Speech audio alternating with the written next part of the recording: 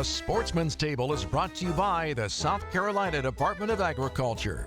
Whether you live in South Carolina or coming to vacation, make sure you're purchasing South Carolina-grown farm products. Make sure your food is South Carolina certified. It's a matter of taste. Folks, welcome to this week's edition of the Sportsman's Table here at the International Culinary Institute in Myrtle Beach on the campus of Horry Georgetown Tech University. I will tell you, joining me is a young lady who is a great student here at the Culinary Institute, Kristen Little, and I tell you what, she's a freshman, and I tell you what, I love crab cakes, okay? These are great, and so tell me how you're going to do your crab cakes today. Wonderful. So I actually use lump meat for my crab cake. Okay. Which I'm going to go ahead and take out of the Oh, fridge. wow. And you're originally from Maryland, so lots Correct. of crabs up there. So we use the blue crab as well. That's just like it's local down here in South Carolina. Right. My husband and I actually go crabbing down in Murrells Inlet, so we like to catch our own and steam them and cook them up the traditional that's great. Baltimore style. Awesome. So for the crab cakes, I'm going to take a little bit of mayonnaise for the Duke's mix. mayonnaise. There you go. All about that. Yes, sir. A little bit of Dijon mustard. Ooh, yeah. And of course, being from Baltimore, we always use Old Bay. Okay. So I like to put a little extra in mine, but you know, that's That's okay. preference. That's your still. prerogative. Absolutely. I got you. And then I'm going to go ahead and take a little bit of the Worcestershire sauce and put that in as well. Okay. And then for my binder, I'm going to use butter crackers. Oh.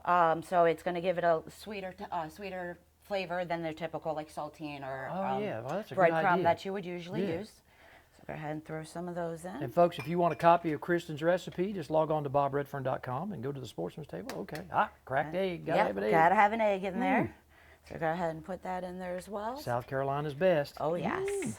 And squeeze a fresh lemon. Oh, yeah.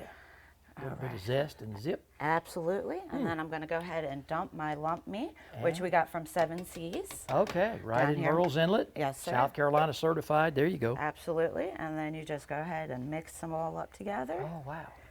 And it'll form a nice crab cake. You know, there's nothing better than fresh crab. Oh, okay? absolutely. Now, I know you can use it out of a can, but it ain't the same. Oh, no, definitely not the same. And then especially if you want to do traditional Maryland style, you'll want to go ahead and do the lump meat. Yeah. Typically down here, I believe that they use like the claw and stuff, but Maryland style, we always tend to go for that. I got you. And then you just put them right on. You form about a 2.5, 3 ounce ball, or There you go. a little bigger if you'd Okay. like.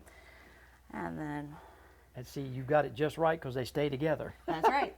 So that's why we use the crackers and the egg to There you keep go. everything Okay. binded together. All right, awesome. And then if you wouldn't mind, pop them in the oven and we We'll can do get it. going. I'll do it for you. Okay, here we go. And my hands are a little. All right.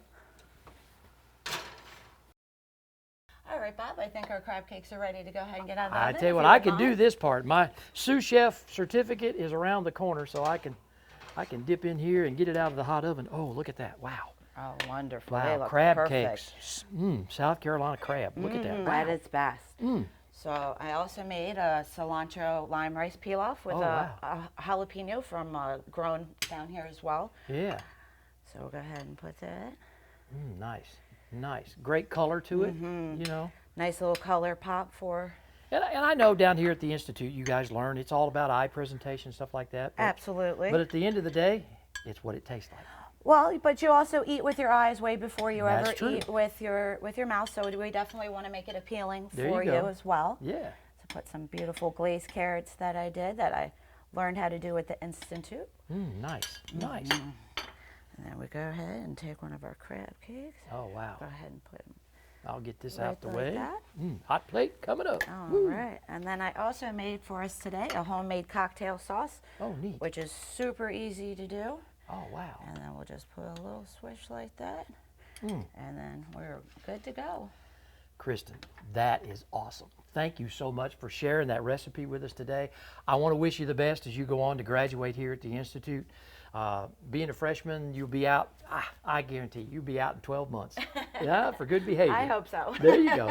Thank you so much, Kristen. Thank you we so much appreciate for it. having me. It's And been folks, great. here at the International Culinary Institute of Myrtle Beach on the beautiful campus of Horry Georgetown Tech, it is always a matter of taste. Log on to certifiedsc.com and see what's fresh on the menu. We'll be right back here again next week with another great recipe on the Sportsman's Table. To find out more information on supporting local South Carolina farmers and their products, visit certifiedsc.com. It's a matter of taste.